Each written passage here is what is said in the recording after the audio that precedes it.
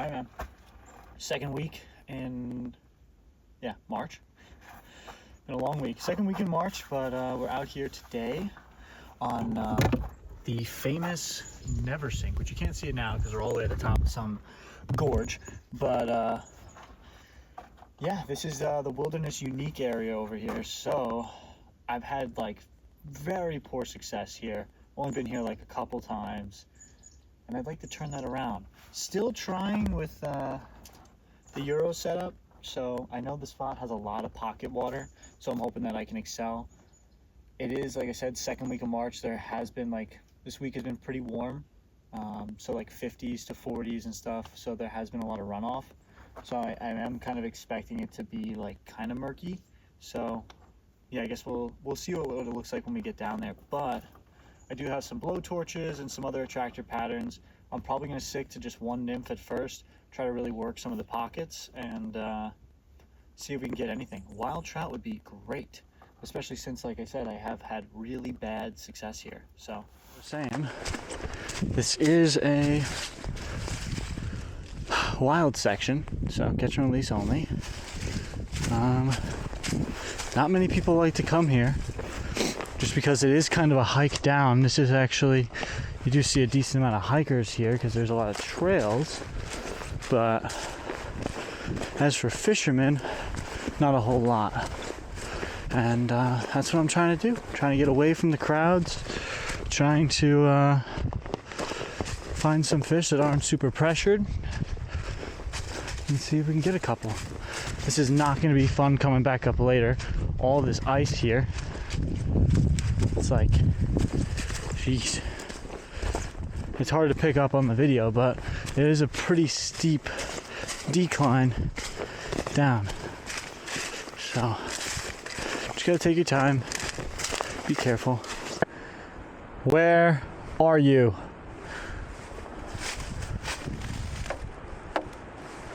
You? Where are you? Okay, so looks like we got a little cased caddis here. Little dude, yep, bright green. You see that? I don't know if it's picking it up, but a little bit of green. And then we got a little snail here. And this guy kind of looks like a little stonefly. I can't tell. Is he a little olive or brown? Looks more olive than anything. Okay. Yeah, let's try a different one. Water's still very cold, so assuming, oh, that's a bigger one. There we go. Look at that guy. Nice. Wow. Okay. That's cool. I can get away with like a size 14 with that. Okay. Well, we got sun coming in and out. It's a little windy. Breeze is picking up here. Finally getting on 142. So it's taken me a minute, quite a minute, to actually get down here, but and get kind of suited up. But I feel pretty confident in hitting some of these spots. Oh, you know what? There's one thing I'm forgetting, and that is actually to mark the sighter. So up here, you kind of see that rock over there. There's a few more rocks next to it, and it's kind of making this nice little riffle here, or this like deep pocket. You'd see kind of like with the white water in the back, right? So I'm gonna try to hit the seams on this, and then I'm gonna start down, work my way up, and then you can't really see it here. I'll have to move the camera, but further down we got a little bit more of like the same, the same sort of feature, and that kind of keeps going on and on. There is a nice little bend over here, so honestly I want to spend like maybe 20-25 minutes trying to pick this apart, and then try heading downstream a little bit. Right now, after flipping the rocks around, seeing that nice stonefly. He was a decent sized stonefly. So I put on our point fly, we got a size 14, just a brown perdigon. And then on the dropper tag, it's a pretty short dropper, only a few inches. I honestly might have to lengthen that a little bit. But yeah, on that one we have a waltz worm with a green bead. You might be able to see it through here, but green bead, just because I saw that one case caddis and he was kind of small. So see if anything wants to take on that. But we do need to adjust the sighter. So from what I'm seeing here, let's move this down. What I'm seeing here, this water's kind of looking like right now I'm standing in it. It's like shin deep. So I want it to be a little bit higher. Here's our tag. So I'm thinking somewhere around here, which is honestly, funny enough, I think where I had it before. You start with something like this. I got to get better at adjusting. I think that's my big takeaway today is I need to learn when to change flies. I need to learn when to try to change the sighter a little bit.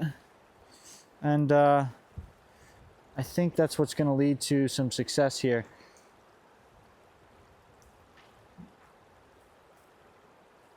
Okay.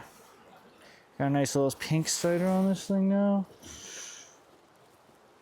All right, let's give it a shot. Like I said, I want to spend like 20, 25 minutes trying to pick this apart. I don't want to spend too much time here just because we do have other water that we can hit. So,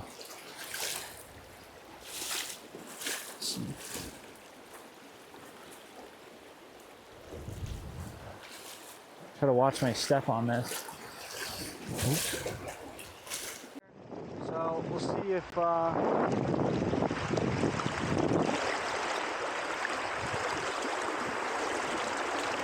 want that to sink a bit more. That's our new mark. Yeah. Honestly, still.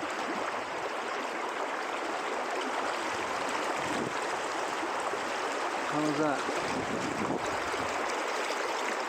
Okay. Well, we just hooked a couple caddis on that, so that's good. A couple of these little guys. Not too far off from what I'm throwing right now on this perdigon. He does have the green when you come out. This guy, I hooked right through him. This one's an empty case, but that green Waltworm over here fits the bill pretty well. And that's for the case. This perdigon is a nice little brown. It should produce, from everything that I am seeing here, shit cast, it should produce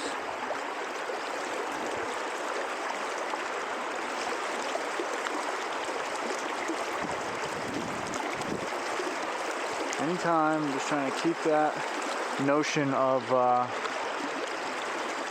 setting.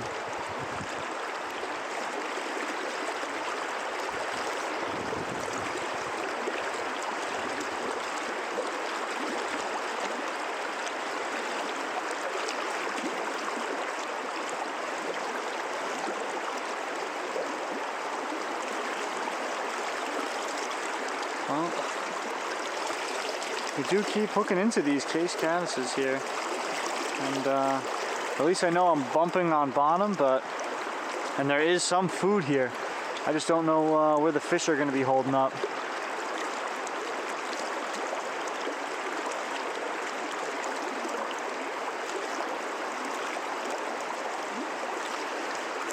There's a couple of little bugs rising off.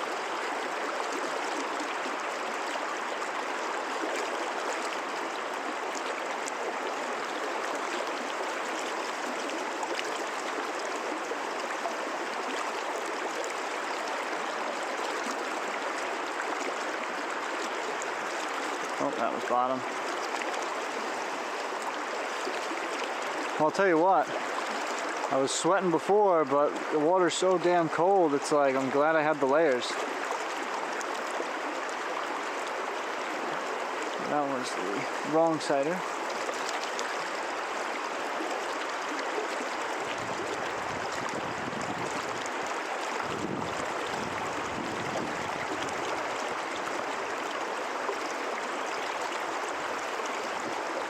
Okay, yeah, let's try down there, see if that gives me anything.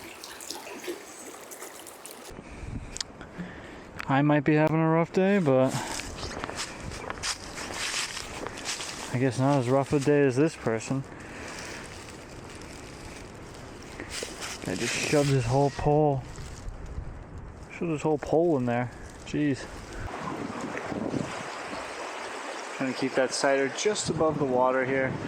I might honestly, because I only tick bottom, once. I might honestly need to adjust that, make that a little bit higher. Let's try just a little bit of a more outward cast here, trying to keep it in this lane. It definitely does not stay. That's why I gotta follow that rule. Because if I cast it over there, I end up leaving that lane right here, which I'm trying to stay in. It's just a little tough. Yeah, I think honestly this is a bit deeper than my cider. At least this particular hole.